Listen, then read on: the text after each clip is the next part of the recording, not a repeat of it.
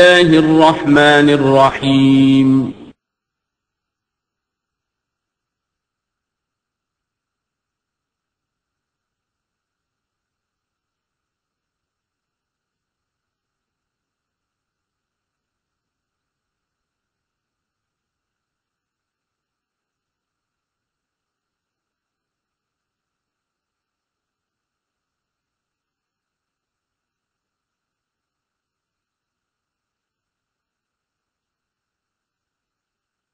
اعوذ باللہ من الشیطان الرجیم بسم اللہ الرحمن الرحیم الف لام میم ذالک الکتاب لا ریب فیہ صدق اللہ العظیم۔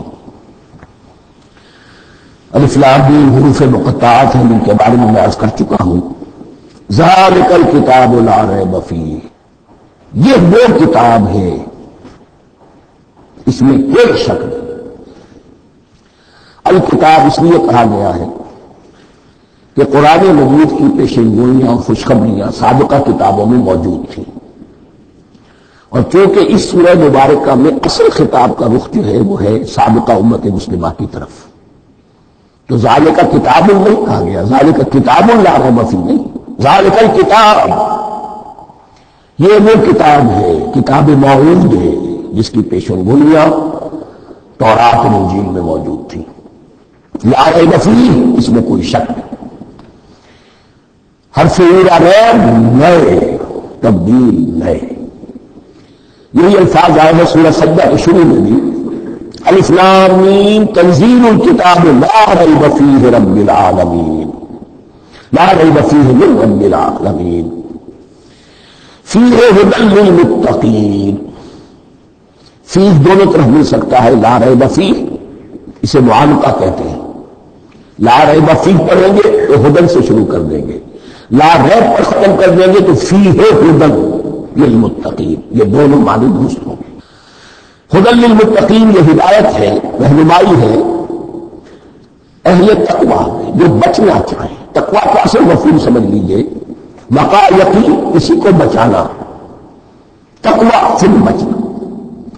جن لوگوں کے اندر فطرت سلیمہ ہوتی ہے ان میں اخلاقی حص موجود ہوتی ہے، وہ بری چیز سے بچنا چاہتے ہیں، بھلی کو حاصل کرنا چاہتے ہیں، وہ لوگ ہیں کہ جو گویا کہ اس قرآن کا اصل مخاطب ہے، وہی اس سے استفادہ کر سکیں گے۔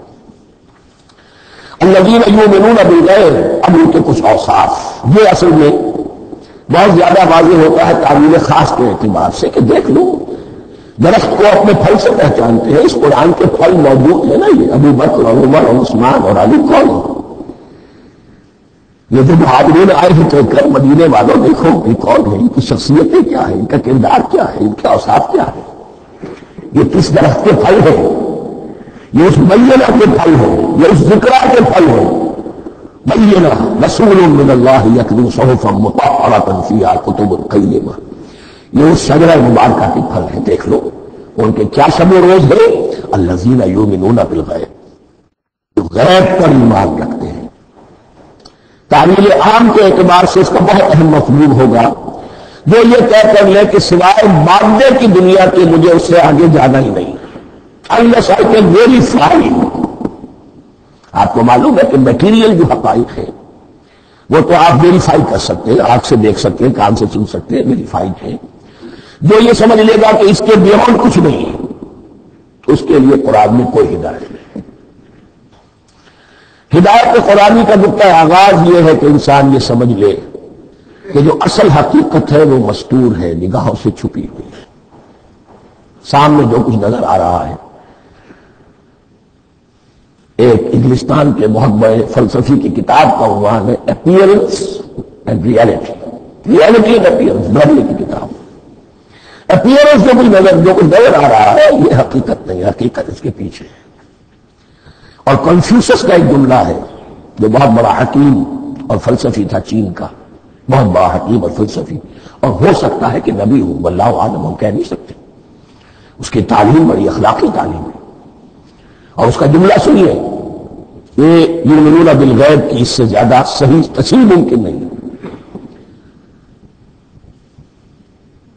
There are certain things, there's nothing more real than what cannot be seen.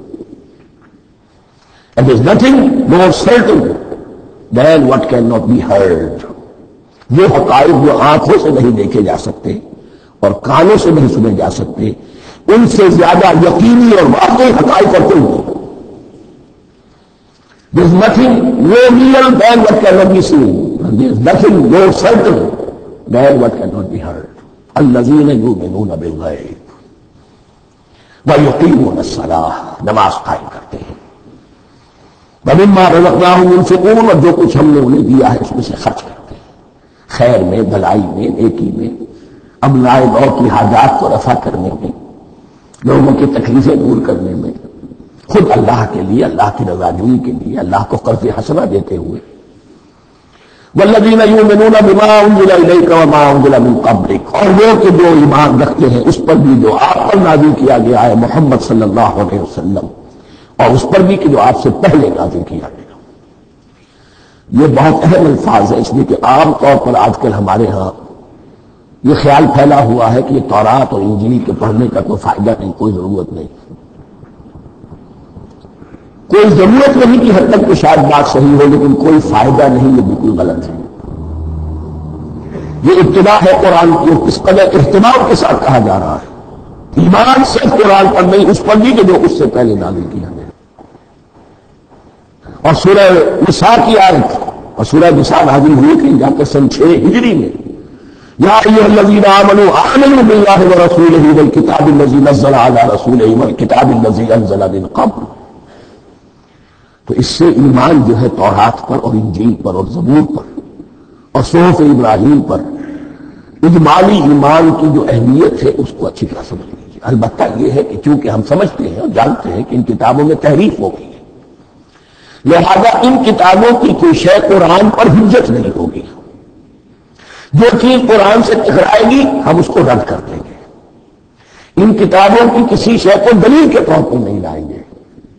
لیکن جہاں قرآن مجید کی کسی بات کی نفی نہ ہو رہی ہو تو بہت سے حقائق ہمیں ان کتابوں ہی سے ملتے ہیں.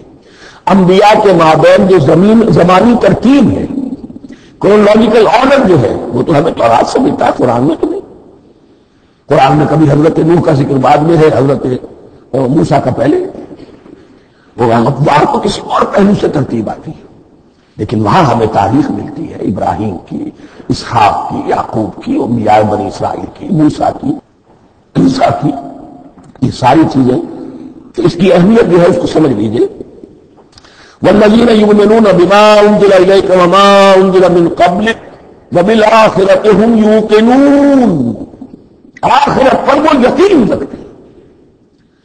نوٹ کرنے والی بات کیا ہے کہ باقی سب چیزوں کے لیے لفظ ایمان آیا، آخرت کے لیے ایقان.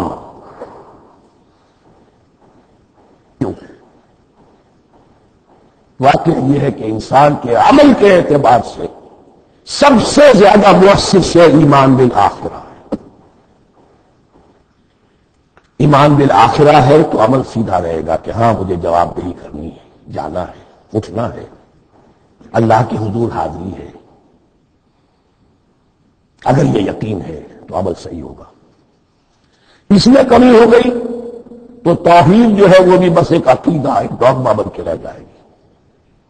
ایمان بالرسالت بھی بدعات کو جنم دے گا. عید میلاد نبی منا لیجئے اور کچھ عشقیہ اشعار کہہ دیجئے، نعتیہ اشعار کہہ دیجئے، اللہ اللہ خیر صلی اللہ، یہ ایمان بالرسالت کے مظہر ہوں گے. عمل انسان کا درست ہوتا ہے آخرت کے یقین کے ساتھ. وبالآخرۃ هم یوقنون، آخرت پر انہی کا یقین ہے، انہی کا یقین ہے. یہ حصر بھی ہے اس اعتبار سے کہ یہودی کے مدعی تھے کہ ہم آخرت پر یقین رکھتے ہیں، یہاں کنٹراسٹ دکھایا جا رہا ہے آخرت پر یقین رکھنے والے یہ لوگ، اور تعویل خاص کے اعتبار سے وہ لوگ موجود ہیں تمہاری نگاہوں کے سامنے.